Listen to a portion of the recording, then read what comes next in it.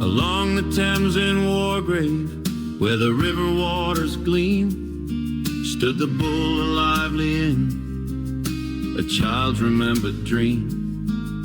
My mum worked there both day and night, with kindness in her stride, for Madge and Len, the landlord pair, with warmth that filled inside. From 8 years old, that pub became a place I called my own, a second home with friendly souls where welcome light had shone. Dear Len, like Uncle wise and kind, would guide me as I grew, not bossy, but with gentle words and thoughtful, steady view. I couldn't sit for long at all, a fidget through and through. So Len found jobs to keep me still, with tasks I'd gladly do. I'd sweep the yard or weed the beds or clean his jag with pride. He'd hand me a bob or two and smile, my efforts dignified. The bull would host some famous folk, though never with a fuss. Discretion ruled and Mum was sworn to silence, none to discuss. A Tory true, she glowed with glee, her heart could scarce contain, when Alec Douglas home stayed there before he won his name. The Gibbses had a daughter grown and Len a brother too, but Tess, their Collie, stole my heart as faithful dogs will do.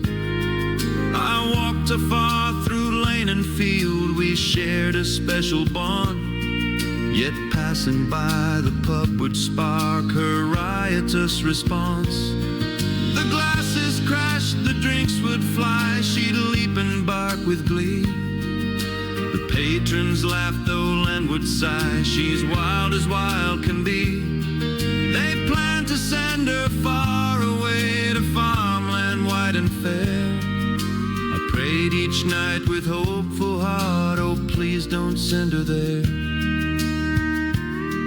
3 times they stayed their fateful hand, 3 times my prayers were heard. But one day Tess chased after me, swift as a startled bird. Through the high street she tore, nearly caused a nasty crash that day. And Len sat down to speak the truth in his own gentle way. She needs the fields, the open sky, a safer place to run. A farm awaits where she'll be free beneath the warming sun. I didn't pray that night at all, just lay with heavy chest. For though my heart was aching deep, I knew Len's words were best. The bull fell still without her bark, the morning soft and grey. Len took her to her country home so Tess could roam and play. A basset hound would take her place with sleepy gentle gaze, but something of that pub was changed in quiet wistful ways.